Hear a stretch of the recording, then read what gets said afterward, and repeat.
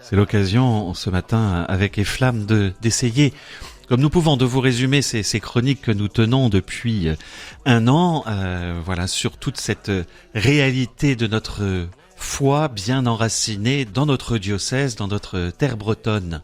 Et pour faire cette synthèse, je commencerai peut-être par ce fond historique qui est celui des Celtes, des personnes, des peuples profondément croyants avec une vraie foi, particulièrement dans une transcendance. Ils étaient même impressionnants pour des cultures païennes, romaines par exemple, ou dans cette culture de l'Antiquité où cette foi dépassait un peu l'entendement et des autres peuples, foi qui est enracinée dans quelque chose qui, à mon avis, déjà a permis que le christianisme s'implante de manière aisée. On retrouve cela particulièrement dans le fait que dès le début de la christianisation, nous n'avons pas de martyrs. À part Saint-Donatien et Rogatien à Nantes, mais Nantes était une ville gallo-romaine. L'entrée de la foi chrétienne, par les voies romaines déjà, dans notre armorique, n'a pas provoqué de heurts. Au contraire, elle s'est totalement acclimatée à la foi déjà présente chez les Celtes. Tout à fait, en fait, des semences du verbe. Exactement, ce qu'a dit le Concile Vatican II après, qu'il y a dans certaines cultures des points de départ, et cette force de la foi originelle celte a certainement permis nos racines les plus profondes. Et comme je dis souvent, en fait, le christianisme est venu donner des réponses au druidisme. Finalement, le christianisme bien compris, en fait, ça découle de source, quoi. Oui, une fontaine sacrée peut devenir un lieu qui représente le baptême. On peut intégrer, et les premiers évangélisateurs l'ont fait d'ailleurs, ce qu'on appelle vraiment aujourd'hui, c'est le terme d'acculturation qui est employé, mais les premiers évangélisateurs ont parfaitement su adapter le message évangélique à la foi déjà présente. Et c'est certainement le point de départ de notre foi contemporaine. Et un enracinement de la foi lié aussi à la langue ? Oui, évidemment.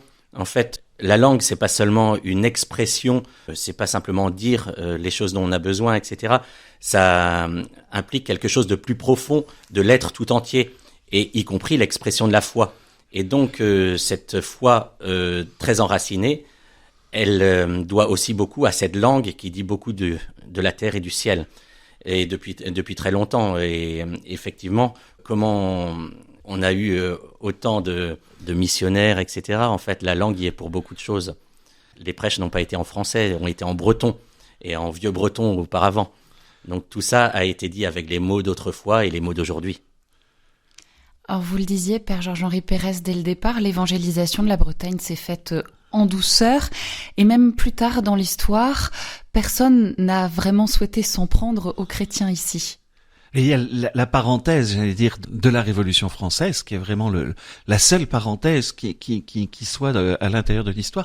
Les guerres de religion n'ont pas atteint la Bretagne en soi, à part encore à nouveau Nantes, c'est là que se terminent les guerres de la Ligue. Mais le cœur même de la Bretagne est peu marqué par une violence contre le christianisme, sans doute aussi parce que tout au long de son histoire, la Bretagne ne cesse de se réformer elle-même. Les missionnaires, j'en ai fait la synthèse avec vous, ne manquent absolument pas dans notre diocèse. Et des missionnaires avec une profonde intelligence, et Flamme, vous parliez de la langue tout à l'heure, mais lorsque, au cours du XVIIe siècle, Julien Maunoir écrit à la Sorbonne en demandant à ce que un recteur qui a été nommé dans une paroisse bretonnante ne soit pas nommé là, tout simplement parce que il ne peut pas prêcher ni confesser en breton, et il y a eu la foi et ses missions se sont toujours greffées sur cette culture, sur y compris parfois un folklore réel, mais peu importe, il y a quelque chose de totalisant. Ce qui fait que les prêtres, par exemple, les prêtres qui sont morts pendant la Révolution, chez nous, c'est davantage ceux qui ont été pro-révolutionnaires, ceux qui ont été, je cherche le mot inverse de réfractaires, enfin voilà, les prêtres réfractaires ont été cachés, les autres craignaient pour leur vie, ils savaient qu'ils le craignaient. On le sait à la fin entre autres particulièrement, à Sainte-Anne d'Auray, le dernier carme qui était là avait vraiment totalement accepté la constitution civile du clergé et a été menacé de mort, a dû fuir, la préfecture a dû l'accompagner jusqu'à la frontière du Finistère pour cela. Donc la foi n'a pas connu de l'intérieur de fortes persécutions, sauf cet événement révolutionnaire, mais qui nous vient de Paris. Et finalement, l'enracinement de cette foi est aussi lié à tout ce phénomène culturel très fort. En fait, quand on regarde la Corse, le Pays Basque, l'Alsace, comme on disait tout à l'heure, en fait, ce sont des peuples qui ont des expressions fortes et très particulières, y compris dans cette langue, et dans cette opposition aussi à Paris, à la France. Et donc, ce qui fait la différenciation inclut aussi l'expression même de la foi en langue bretonne ou dans la langue particulière de la région. C'est vrai que ces 4 régions, alors les 4 coins, j'allais dire les 4 coins de la France sont des régions rattachées récemment, sur une histoire longue, dont Paris est loin et éloigné, et donc qui ont pu garder une âme culturellement forte, et donc en disant âme, un culte réellement plus fort et plus marqué. Alors, est-ce que peut-être il y aurait pas aussi cette dimension de la mort, en fait, en Bretagne, cette notion très prégnante qui aurait peut-être pu participer à cette transcendance dont les Bretons sont d'excellents exemples? Pour l'expression de la mort, je crois que réellement le rapport à la mort est très très différent que dans des cultures latines. Parce que le monde des morts et des vivants vit ensemble.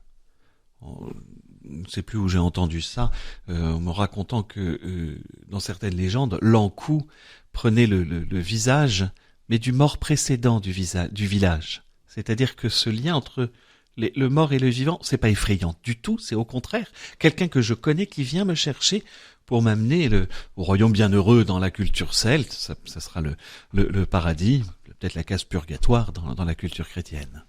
Pour résumer, les éléments qui ont permis que la foi perdure avec autant de force dans la région: la transcendance, la langue, la culture, le folklore, ce lien entre les vivants et les morts, qui ne sont pas 2 mondes séparés. Je crois que c'est un élément aussi très très important. En fait, la communion des saints, finalement, est quelque chose de très connu des Bretons, si on peut un peu résumer, quoi. Oui, comme elle l'était des Celtes déjà, il y avait ce passage entre les mondes qui n'effrayait pas. Et un grand élan missionnaire. Alors pour terminer, aujourd'hui, que peut-on faire pour que tout cela perdure? Dans la nouvelle évangélisation, on oublie parfois, et le pape Saint Jean-Paul II y était très très attaché. La Pologne a gardé son esprit chrétien alors qu'elle a été envahie particulièrement par la Russie, donc elle n'est pas devenue orthodoxe. Et dans son dernier ouvrage, Saint Jean-Paul II l'avait exprimé, culture et identité. Il y a quelque chose de fort dans ce terme-là, que la nouvelle évangélisation passe par la culture propre d'un lieu. Et j'allais dire, c'est très altermondialiste comme manière de voir les choses. C'est vrai que je dis régulièrement qu'on peut pas parler d'écologie intégrale si en fait on coupe les racines à un moment, quoi. Donc et les racines, la culture bretonne, on est pleinement dedans. Si on est réellement écolo, en fait, on doit prendre conscience des racines, y compris pour évangéliser. Et donc ces racines nous invitent à nous, dans notre région, à ne pas mettre cette culture, cette langue de l'ordre d'un folklore ou d'une tradition passée, mais c'est vraiment la tradition au sens très fort du terme, ce qui nous est transmis depuis des générations sur cette terre, que nous devons réintégrer et être capable d'utiliser au bon sens du terme, c'est-à-dire de continuer à faire fructifier, à faire grandir. Alors ça demande de la formation, ça demande de connaître cette culture, de connaître aussi cette langue, de ne pas la considérer comme quelque chose de dépassé, mais quelque chose d'actuel pour que le message de l'Évangile continue dans sa nouveauté. Et les pardons sont d'excellents exemples pour ça, à ne pas laisser de côté, mais au contraire à utiliser comme dynamique d'évangélisation. Ja, terug arriveras vite tout un trous op het laret, terug arriveras d'or autre personne, à d'arriver vite tout un intercède de neuf. Merci pour toute cette année avec tous ces interviews. Merci à vous, Monsieur l'abbé, et merci à vous, Émilie. Kenavo. Kenavo d'or.